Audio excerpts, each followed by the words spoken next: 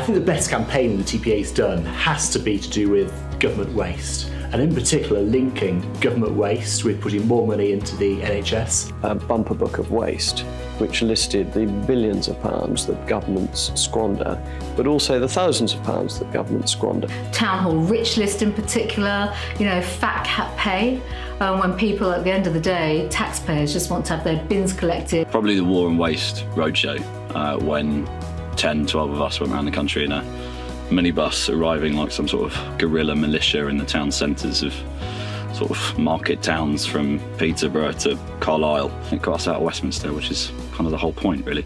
The fuel duty tax, it's now pretty politically untenable for any chancellor to now actually raise a fuel duty. Your transparency campaign around local authority expenditure would be one I would cite there. I never forget the famous TPA carrier bag that said, what did it say? There's no such thing as government money, just taxpayers' money.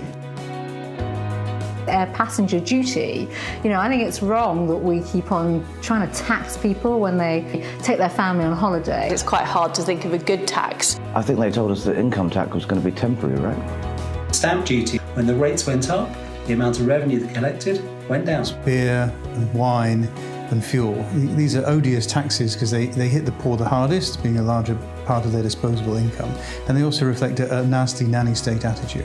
I think it's employers' national insurance. I think that we've got stagnating wages in the country, and scrapping the job tax would allow our great entrepreneurs to offer wage increases for those on the lowest incomes. It's surely got to be inheritance tax.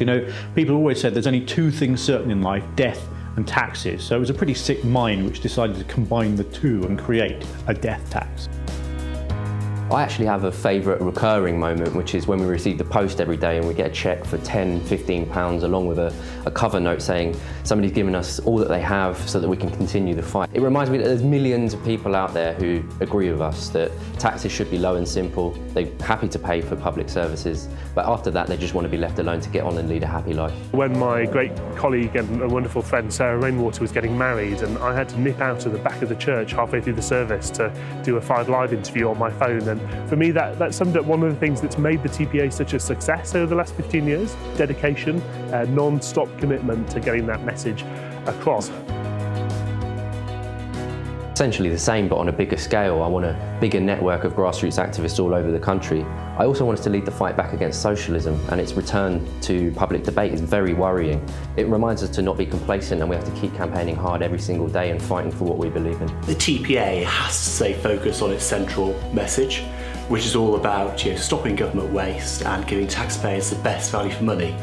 And this is a message which, whether you're from the right or left of politics, you can all agree with. Even Jeremy Corbyn's Labour Party, when it sees a policy it doesn't like, it calls it a tax. Even the far left in this country realise now that tax has become an unpopular concept. And a lot of that is down to the Taxpayers Alliance, and that's something to celebrate, but something to build on. It's just basics, just being that watchdog. And reminding people that you can't spend beyond your means without there being consequences. That constant irritant outside council offices, outside government offices saying, oi, what are you spending this on? The tax burden's the highest it's been for 50 years. What the work the TPA does is vitally important, especially in the battle of ideas. Team, because I'm very proud of the young and very hard-working team we have at the TPA and have had over the years. Partnership. Partnership with other organisations campaigning, like-minded groups, and our most important partners, our thousands of supporters across the country. Accountability, because politicians and, frankly, the people who spend our money should be held to account and recognise it's not government money, it's taxpayers' money. They pick up always. In 10 years as a journalist, I've never had the TPA not return my calls and come back with a brilliant quote within minutes, right on deadline. Trusted. I think people understand where the TPA is coming from, that you're fighting on behalf of taxpayers. The second word I'd use is persistent. You don't give up on your campaigns, you keep banging on about them, which is a good thing.